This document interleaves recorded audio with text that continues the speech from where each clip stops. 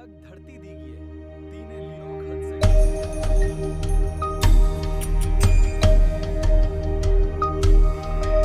देवेश्वराय देवाय देवसम्भूतिकारिणे प्रभवे सर्ववेदानां वामनाय नमो नमः।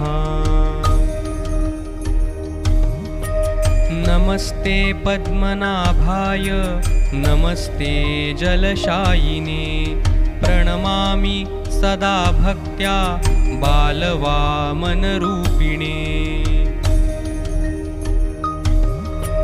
नमः शारङ्गधनुर्बाण पाणये वामनाय च यज्ञभुक्फलदात्रे च वामनाय नमो नमः। देवेश्वराय देवाय देवसम्भूतिकारिणे प्रभवे